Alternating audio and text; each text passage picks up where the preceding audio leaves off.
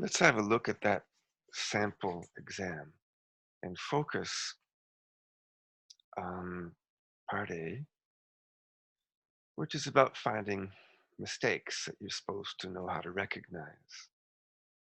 There are only 10 sentences like this, and the rule is pretty simple. Well, the format, I mean.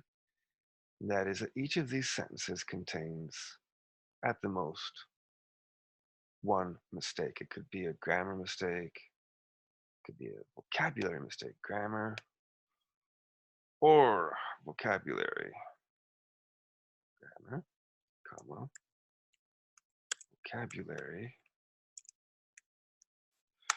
or spelling. So you have to find it and fix it. Well, remember now, spelling includes a lot of things. I'm including punctuation. Okay, well, let's say vocabulary, punctuation, or spelling. Find it and fix it. Now, the sentences might also be perfectly okay.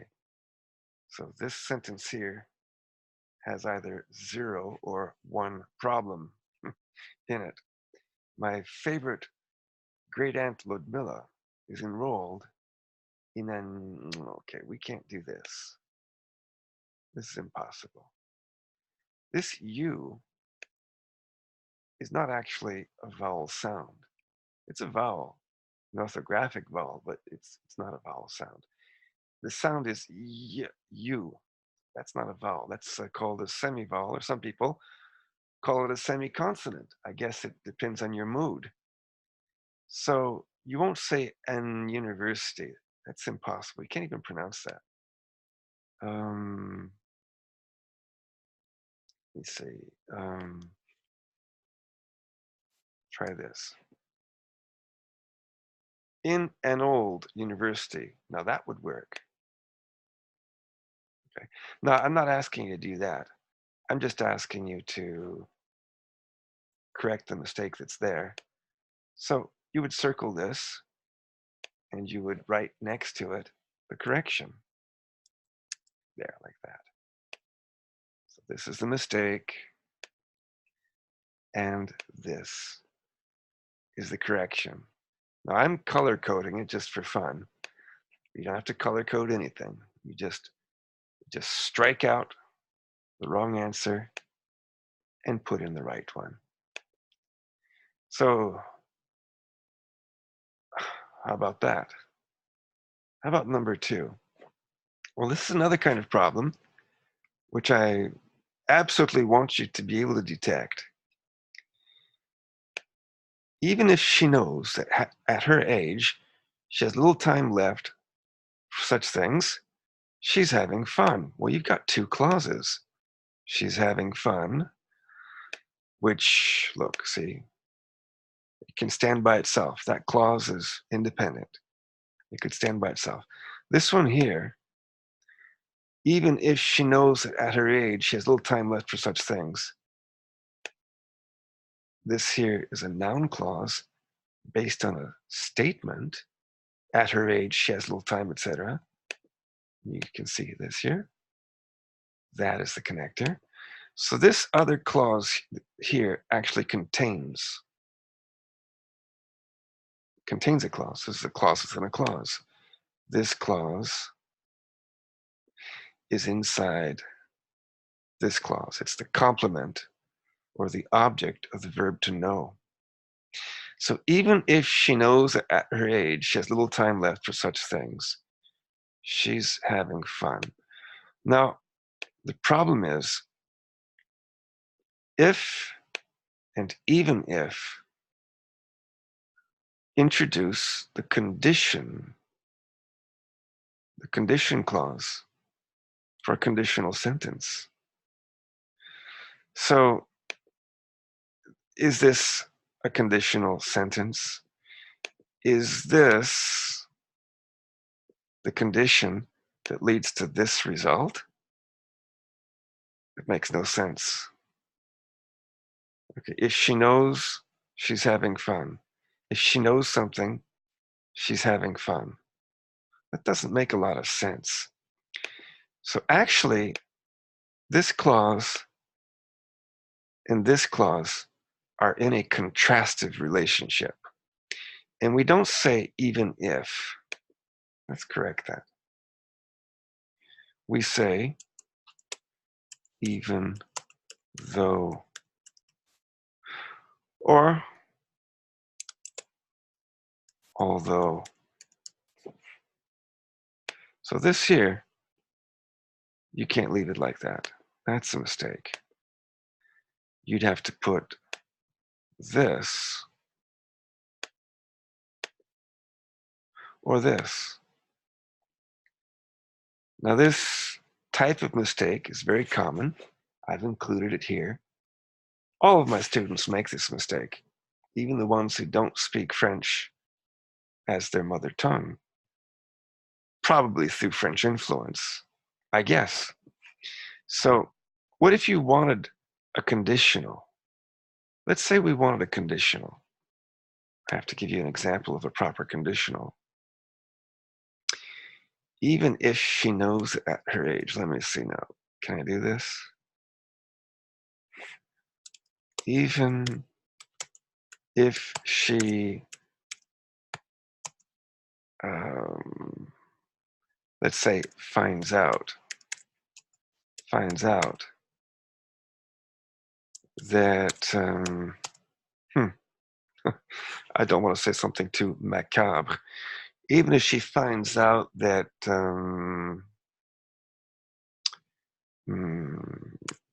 she has untreatable bursitis in her knees. Even if she finds that out, she will continue dancing for as long as she can. That's because she's silly. So here's the condition. The condition is she finds out, and even knowing this, she continues dancing. Some people are like that. Suppose we remove the even. I want you to know how this works. If she finds out that she has untreatable bursitis in her knees, she will continue dancing or still continue dancing. You don't have to say that, but you could, for as long as she can. There's a slight difference in meaning.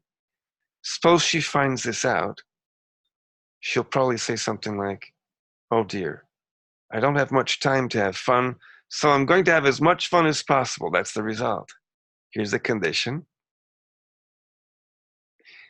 and here's the result. If you have it with if, let's go back. So even if, it means that here's the condition, but that condition is failing to stop her from dancing. I don't know if you see the difference between if and even if. Even adds the idea of the condition, the conditional, with the condition failing to change the result. The result still is that she continues dancing. Well, you look in the dictionary for more examples. There are lots of them. So let me see. She plans, number 3, she plans to complete at least an undergraduate degree. Notice this. An undergrad, there's a true vowel there, so there's no mistake there. She plans to complete at least an undergraduate degree and a master's until she dies. Well, there's a problem here. This word until gives you the time clause until she dies. By the way, we know it's a clause because there's a verb phrase in it. And there's even the subject, the explicit subject. So this here is a time clause, not just a time phrase, it's an actual time clause. Now look, if we had this instead, until 2021, okay, now that would be a time phrase. Here's the preposition of time, and here's the time point that's being referred to. That would be a time phrase, not a time clause. Let's put the time clause back. All right, so the problem is the meaning of until. Until talks about, until refers to something that happens constantly before this point, when she dies. I don't like the example.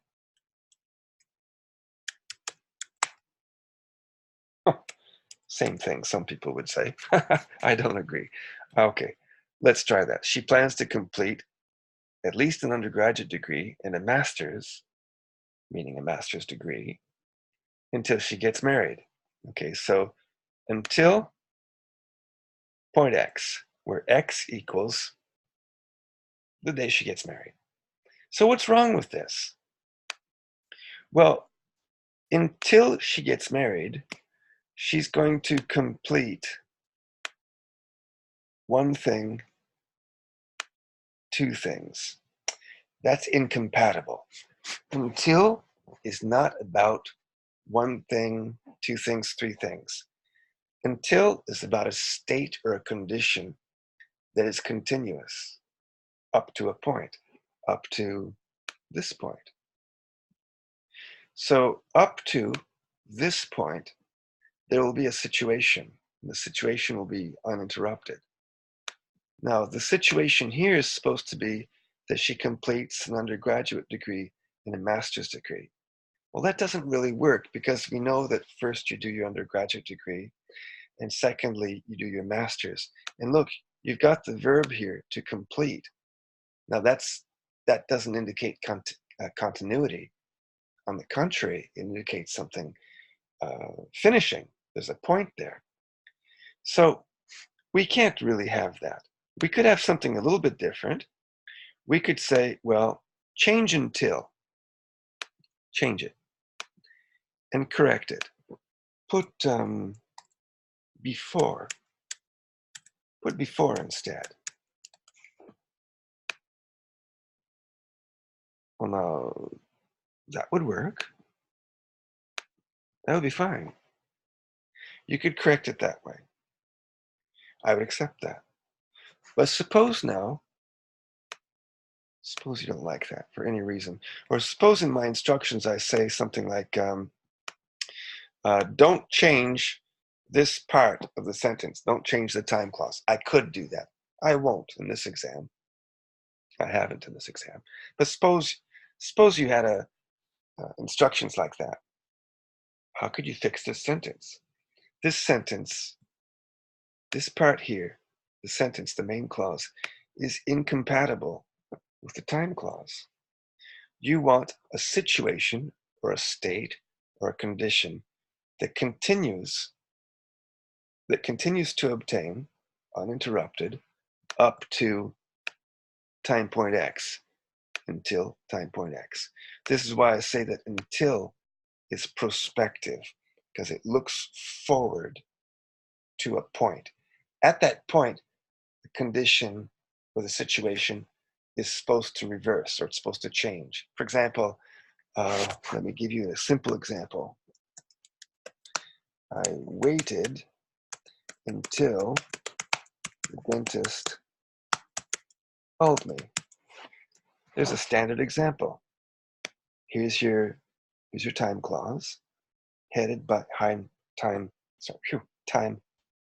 clause. That's right, time clause, headed by until. And here's the point. It has to be a point, eh? Until the dentist called me. So this here, me waiting, that's a situation that continued uninterrupted until time point X, up until or up to time point X. This is a standard example. This example here is not quite right. because you're doing two things before this point. If you had it here, for example,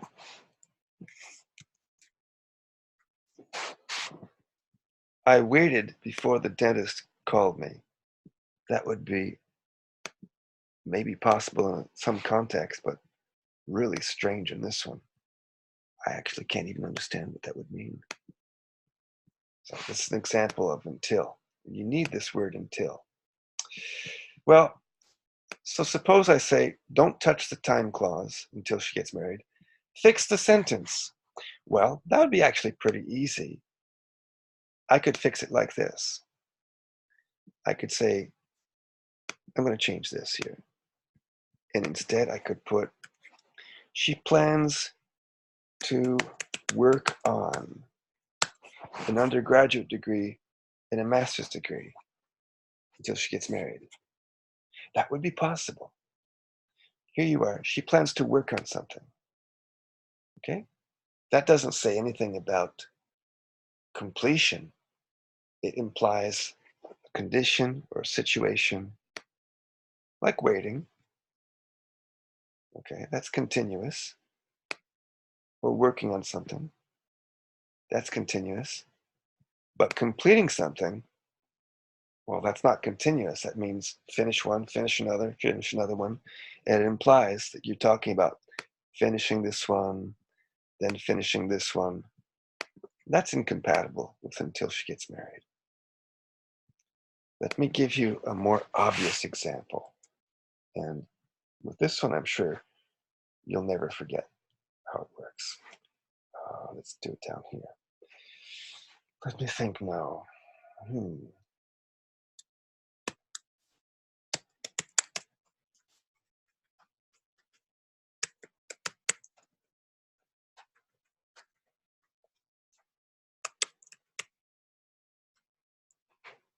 There. Until the doctor called my turn. Well, that's punctual until time point x, where x equals what?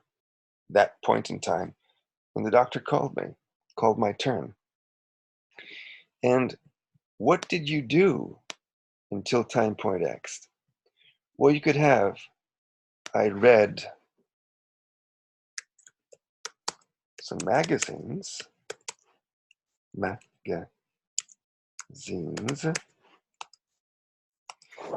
would work. That would work. I read some magazines until the doctor called my turn. But if you say, I read 3 magazines until the doctor called my turn, that would be extremely weird. Okay, now you see, if I read 3 magazines, that's just not the same as a situation like waiting or working on something, waiting for something, working on something, or simply reading. I read some magazines. Well, that's simply reading. So that's a condition or a state or a steady activity that continues uninterrupted up to this point. But if you say, I read 3 magazines until the doctor called my turn, that would only be acceptable if it meant that you were reading the 3 magazines at the same time. That was your condition. That was your state. That was your steady activity. So you could say that when you have the time word until heading a time clause or a time phrase, this forces the event in the main clause to be non-count. In other words, English makes a distinction between counting events and not counting them. Something like counting things, countable nouns and uncountable nouns. That's something that we'll talk about several times. So here, the time clause headed by the preposition of time until forces the verb phrase in the main clause to involve uncounted events, uncountable. So you'll have some instead of three.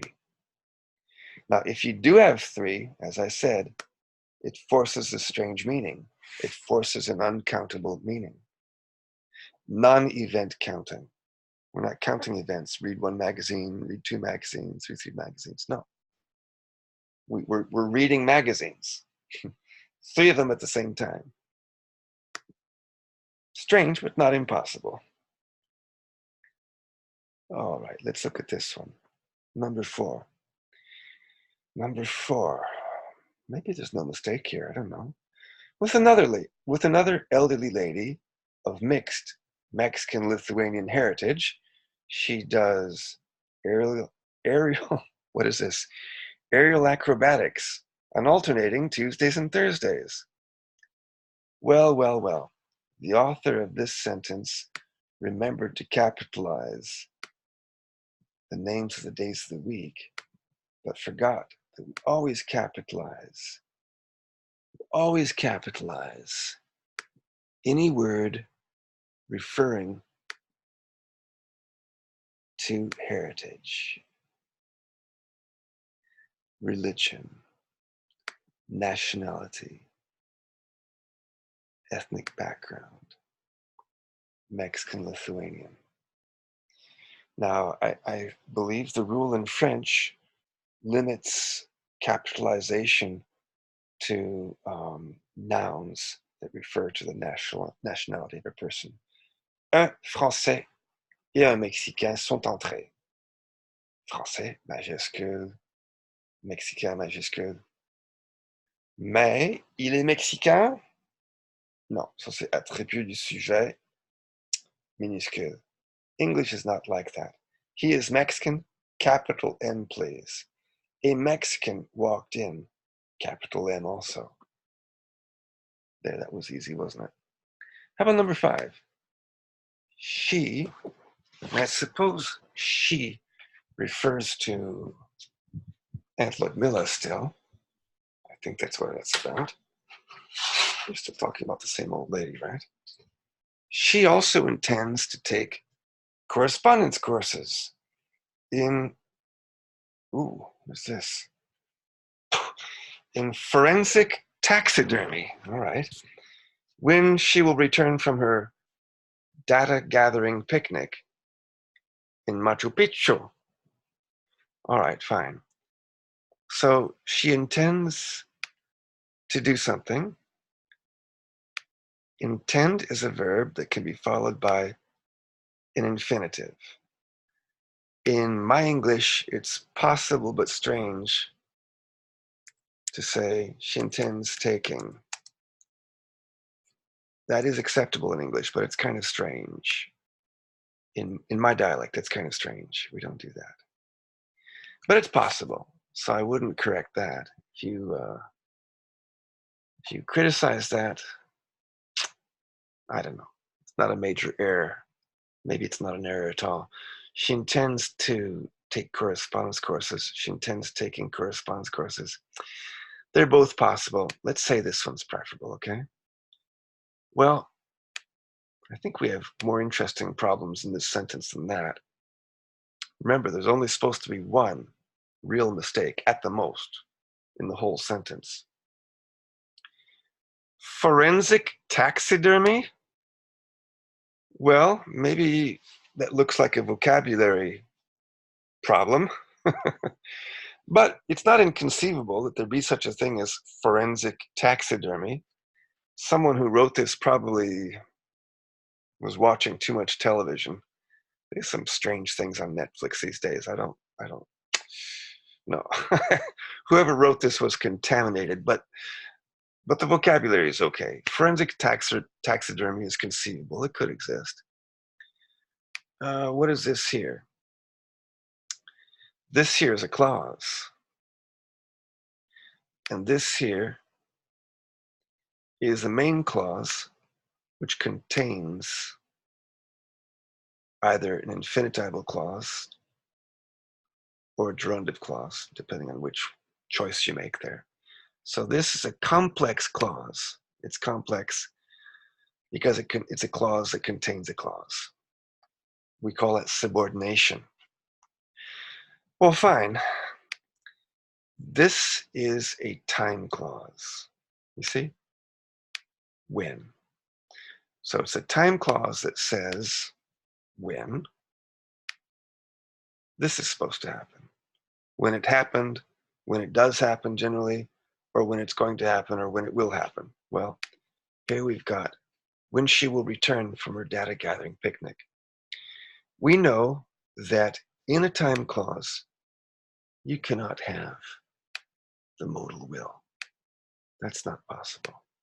So when she will return has to be when she returns. That one was easy. Now, when she returns from her data gathering picnic, suppose she goes regularly on her data gathering picnics in Machu Picchu. Well, then that would be a generic meaning. But you see the sentence, it doesn't make sense as a generic. You could have a different sentence. Let's try a different sentence.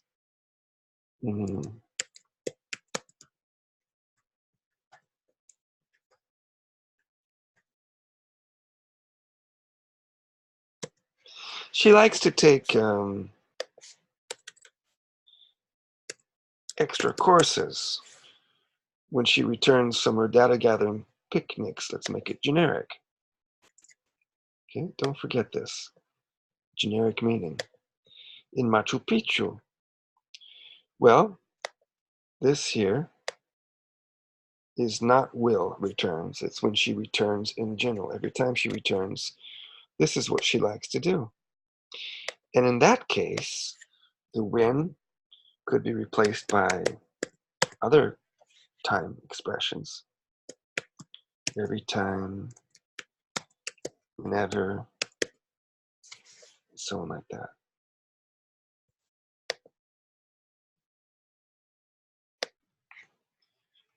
Let's try another one. 6.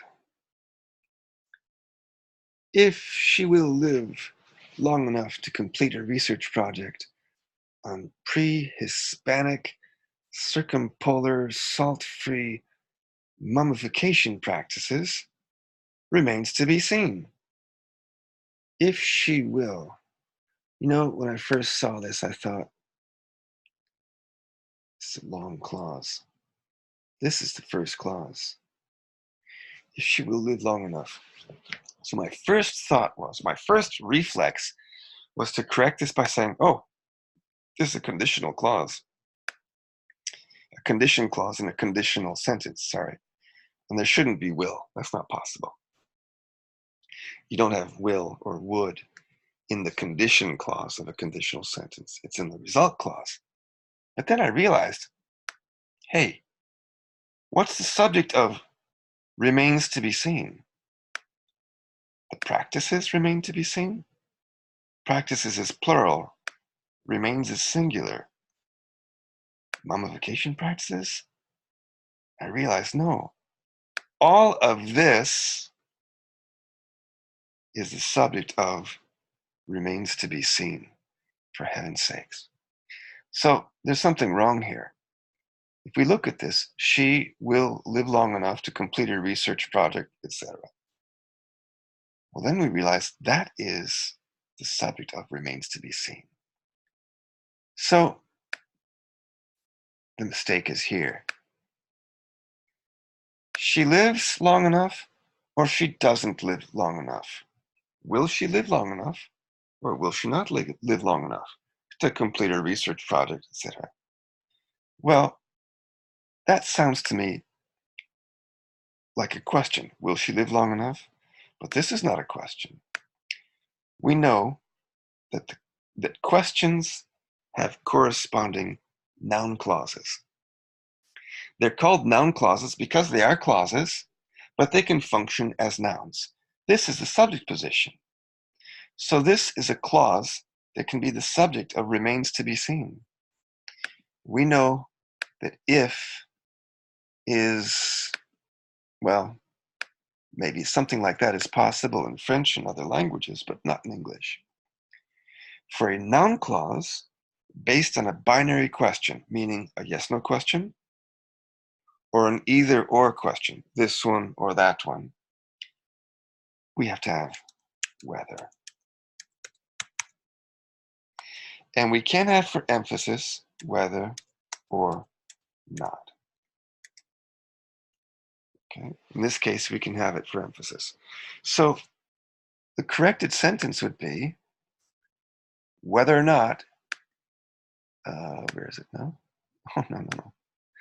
Where is it now? Oh, here it is. That's not it either. Here. Whether or not she will live long enough to complete her research project on pre-Hispanic circumpolar salt-free mummification practices remains to be seen. Now, I could do this too. I could put a comma here and it or that. Okay. Question. I'm giving you 10 seconds to think. I'm going to stop talking here. Question. Would that be correct, or would you have to correct that?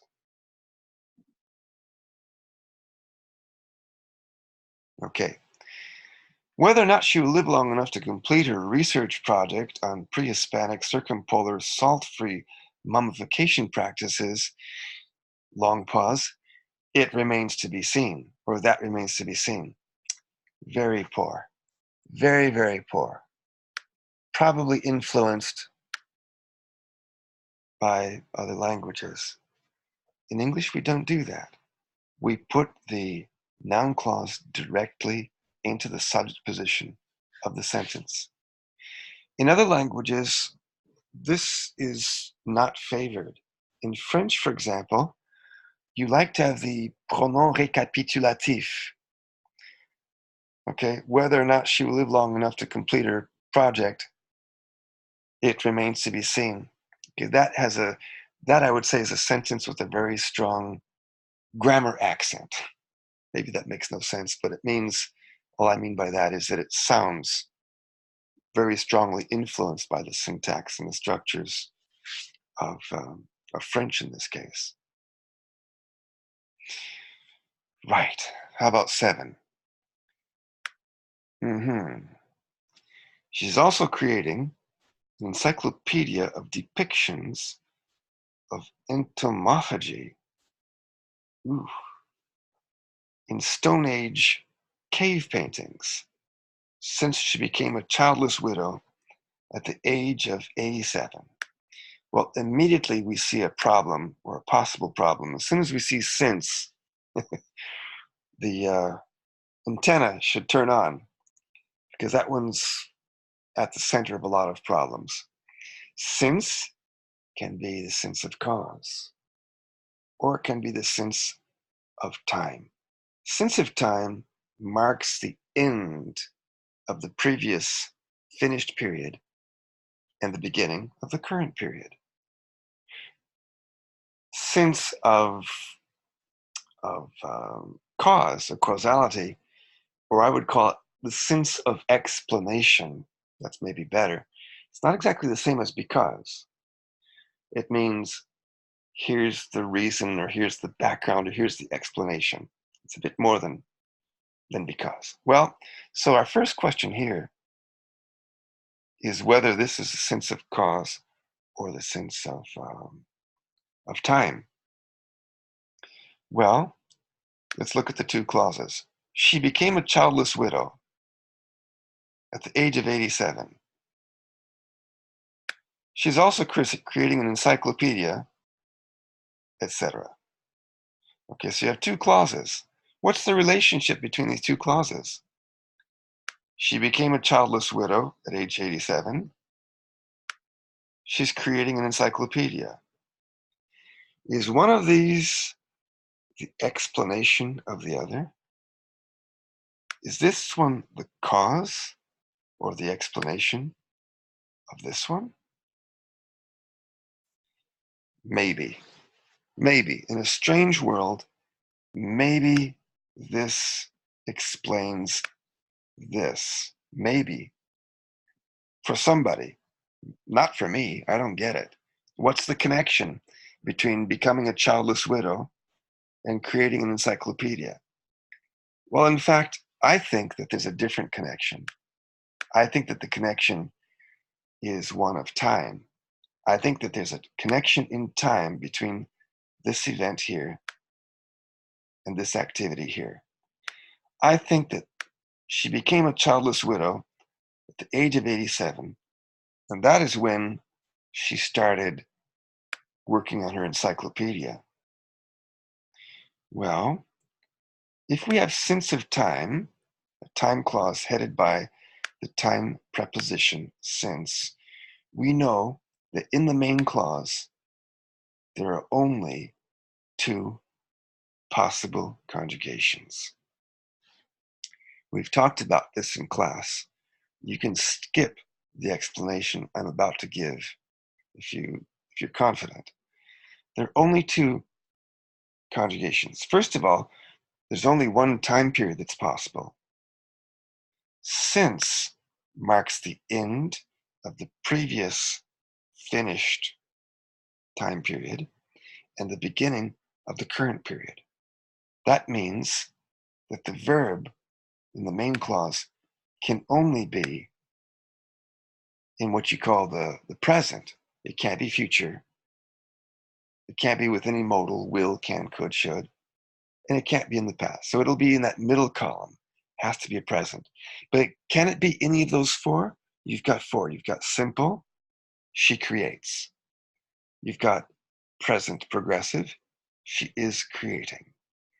You've got present perfect, she has created. And you've got she has been creating. That's the present perfect progressive. Let's put all of them. She creates. Let's stop also, okay, so we can simplify our lives. She creates. She is creating. She has created. And she has been creating. There. There. Now let's choose. She creates. She's creating. She has created. And she has been creating. Now remember, we know that it has to be a present without any modals, because since marks the end of the previous revolved or finished or completed period, which is finished past, and it marks the beginning of the current period, not a future period, the current period, including the moment of speech. And there's a point, right? This point, the point at which she became a childless widow. She creates.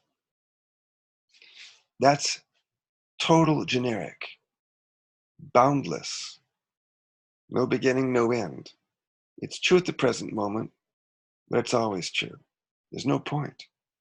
There's no point with this conjugation. There's no point at which the event starts or when it's expected to end. There's no point. There's no time point.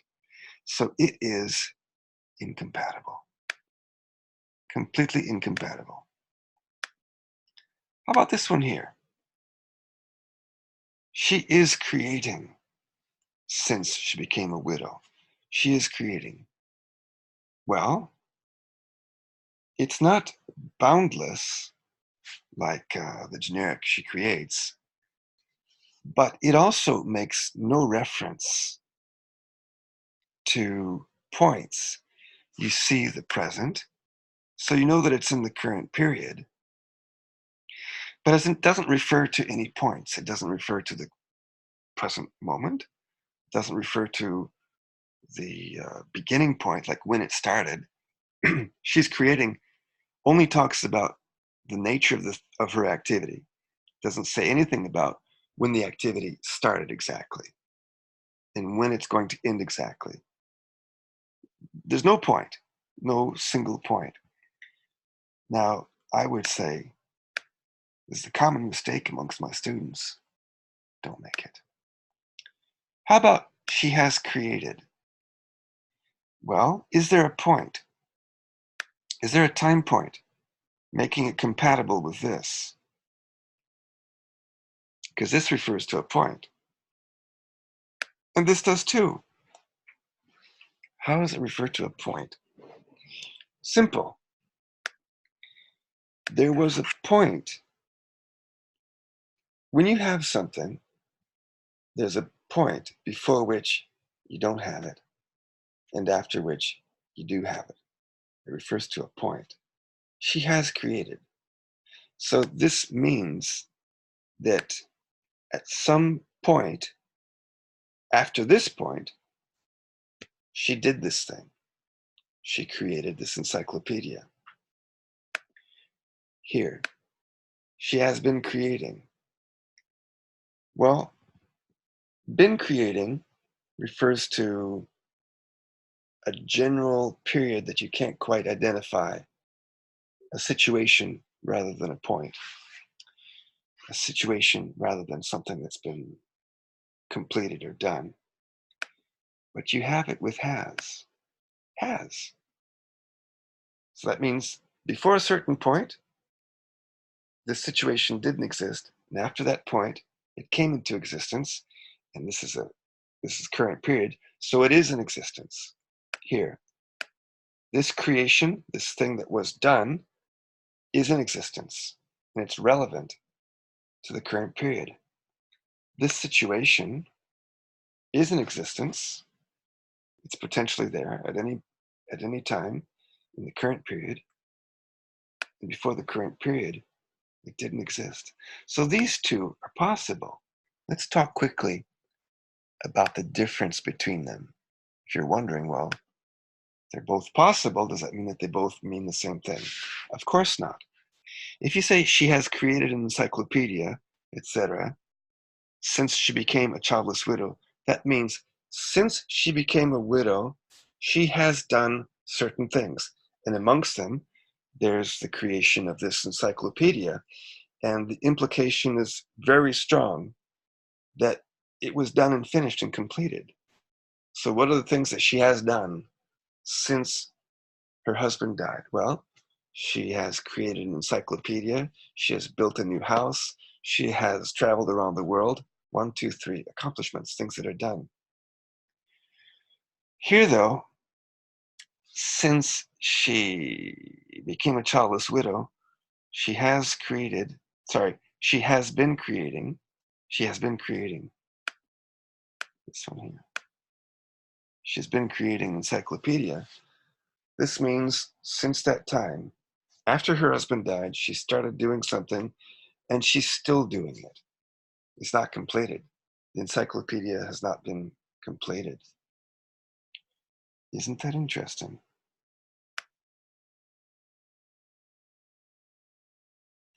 Oh, wait, I want to give you something more. This is my opportunity. Okay. I have eaten since this morning.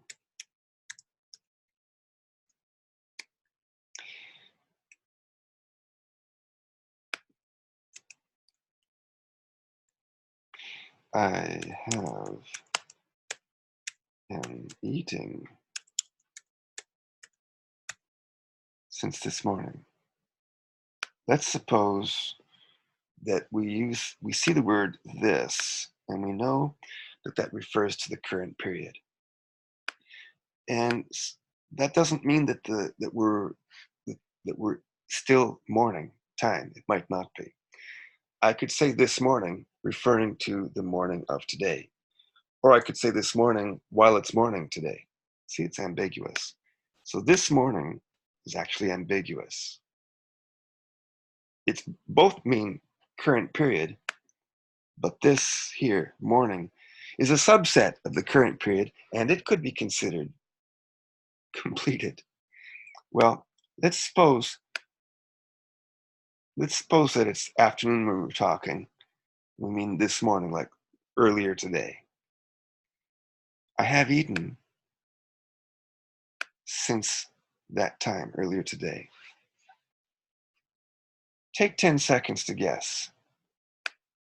Does that mean that my eating is done, completed?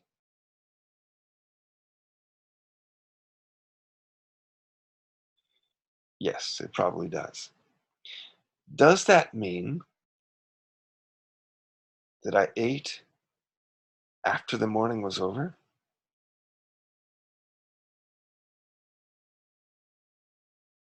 Yes, it does. How about here? I have been eating since this morning. Does this mean that I'm still eating?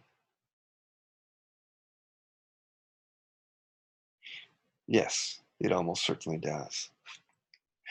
I have eaten since this morning means something like after the morning was over and before the closest time period to the moment of speech, but inside the current period, eating happened and was done with. I have eaten since this morning. I've been eating since this morning implies that maybe I started this morning, maybe I did not, but I'm still eating. These two are not redundant with each other. Let's finish this off. I would probably would not have time for these topics if I have a family. So that's a sentence with two clauses. It definitely looks like a condition clause, cause and effect. In this case, the cause or the condition comes second. It's possible to do that. And the result clause comes first. Now, so what we ask ourselves is, well, what kind of problem is there? What kind of problems are there? Usually, the main problem is the compatibility of the two clauses with each other with respect to realness or the opposite. So, if I have a family, what do you think? Is that real or non-real? That's real. And I would probably not have time. Is that real or non-real? Right, that's non-real. So how can you have conditional sentence with, of course, the cause and the effect clauses, where one clause is real and the other clause is not real, non-real? That's impossible. So you'd have to make a choice here. You could choose would and say, no, no, no, no, that's no good, and fix it. I will probably not have time for these topics if I have a family. Or, you could fix it the other way. You might say, mm, I don't want it real. I want it non-real. Suppositional, hypothetical. I would probably not have time for these topics if I had a family.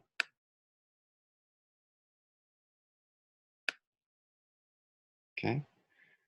Would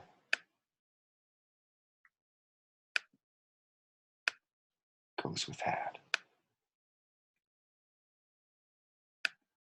Darn, that was easy. How about 9? However, I surely will read Aunt Ludmilla's various researches when I retired. Oh dear. Well, I broke my own rule here. I put 2 mistakes. There's a vocabulary mistake. Well, okay, to be fair, nowadays the word research is becoming accepted as a countable and pluralizable word.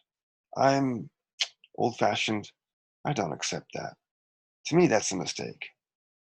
I wouldn't say various researches. I would say various uh, research projects. In other words, in my mind, research is uncountable. You don't have one research, two researchers. In my mind, that's impossible. But you can have research projects. This is something like another word I want to show you. Homework. How do you pluralize or count homework? 3 homework. Homework what?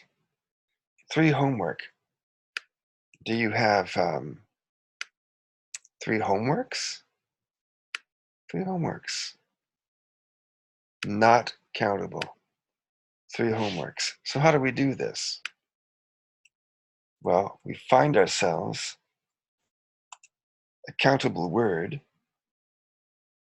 and we probably would say assignments.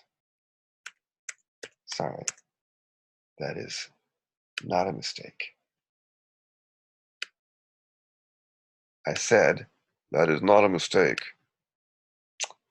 Oh dear, what have I done? Okay, I'm going to have to start over again. 3 homework assignments. Now that would be acceptable. We make a compound, homework and assignments. Assignments is a very generic word, and if you put homework, that narrows the category to designate a new kind of thing, and we pronounce it as a compound.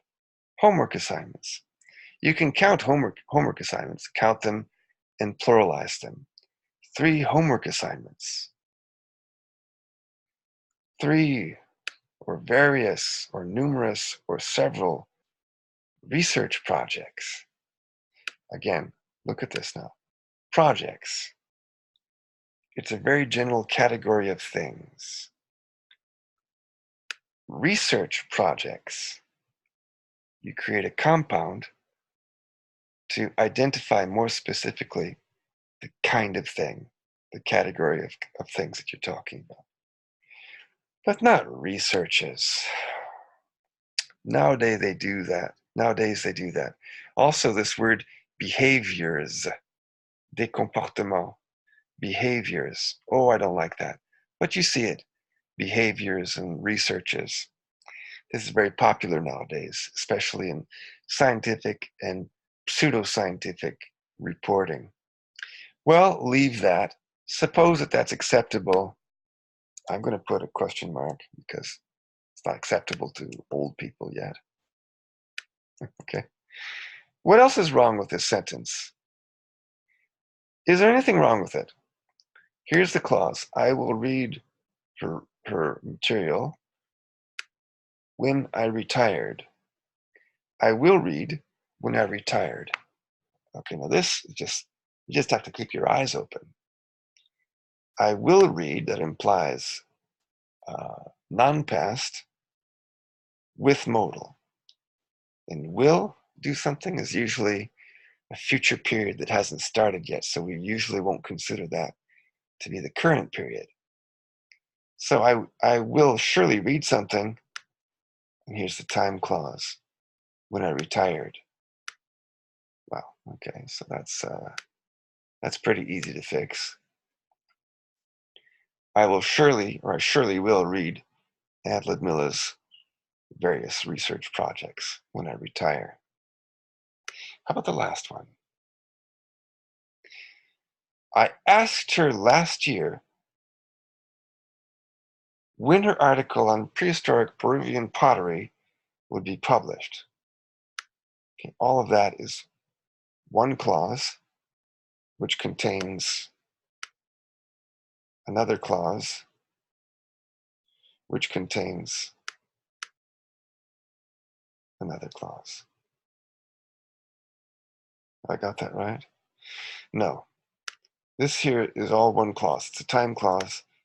Here's the subject, and here's the verb. Okay, there we go.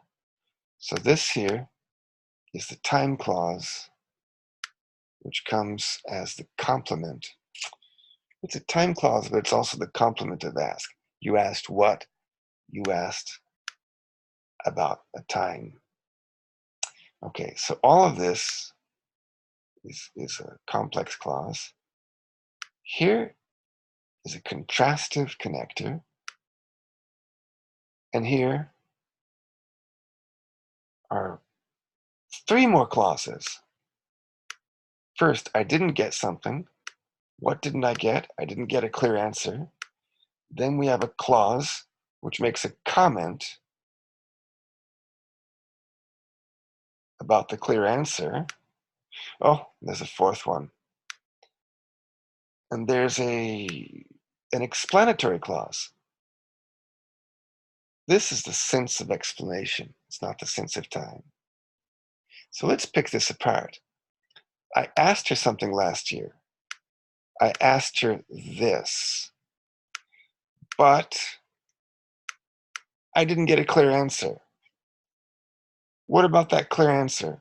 Well, which is a pronoun. Pronoun stands for something. What do they stand for? Do they stand for clear answer? Or do they stand for did not get a clear answer? The pronoun, something which, is unsurprising. What is unsurprising? The clear answer? That doesn't make sense because it says here that you didn't get a clear answer. I would propose that it's all of this, the fact that he didn't get a clear answer, which is unsurprising. I get the confirmation because then there's a further explanation here.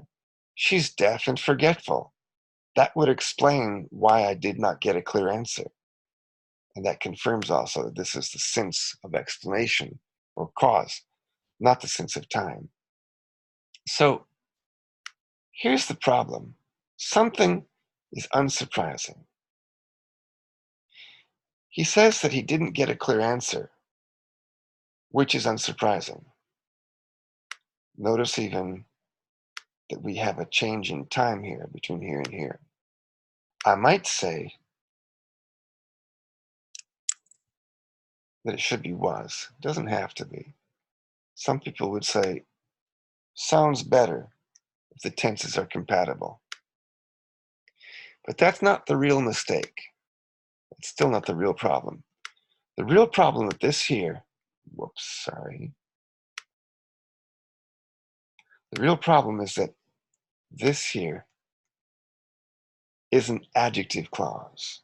There are 3 kinds. There's the adjective clause which identifies something. It answers the specific question. Which one or exactly what kind? I read the book that my father lent me. Which book did you read? Well, that book, the one that my father lent me. I read a book that explains Peruvian cooking. You read exactly what kind of book? A book that explains Peruvian cooking. Okay, so that's an identifying clause. There's no comma, and you'll often have THAT if it's things, if it refers to things. But now, there's a second kind of adjective clause. It's an adjective clause which gives you a comment about the previous word, like this. I try this, but I got a, but I got a strange answer, which is unsurprising since she's deaf and forgetful. Let's leave that the same. I got a strange answer. So what was unsurprising? Well, it could be the whole thing, the fact that I got a strange answer. Let's change this a bit.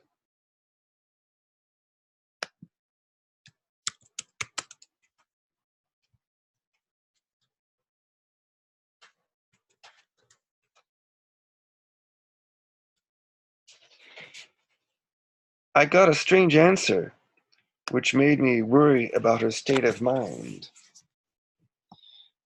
That could be a comment on the strange answer or a comment on the fact that you got a strange answer. Let's change it again. Hmm. Which made me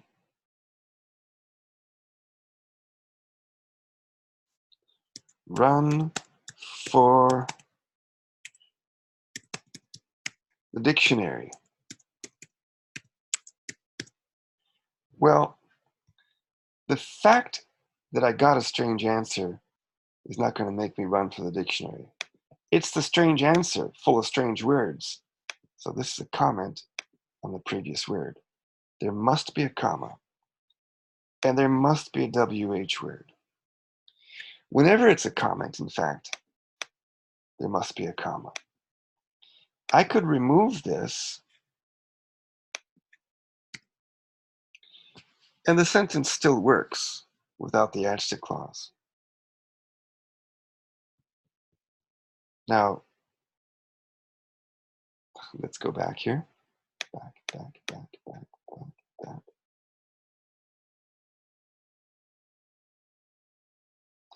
I got a strange answer, which is unsurprising since she's deaf and forgetful. I'm going to give you 10 seconds to think about this. What kind of adjective clause is this? What does it modify? And is a comma required?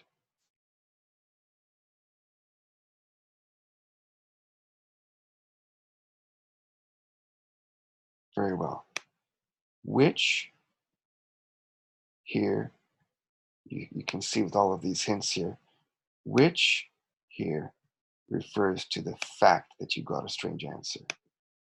Has to be which, it can't be that. Impossible, has to be which. WH, and there must be a comma.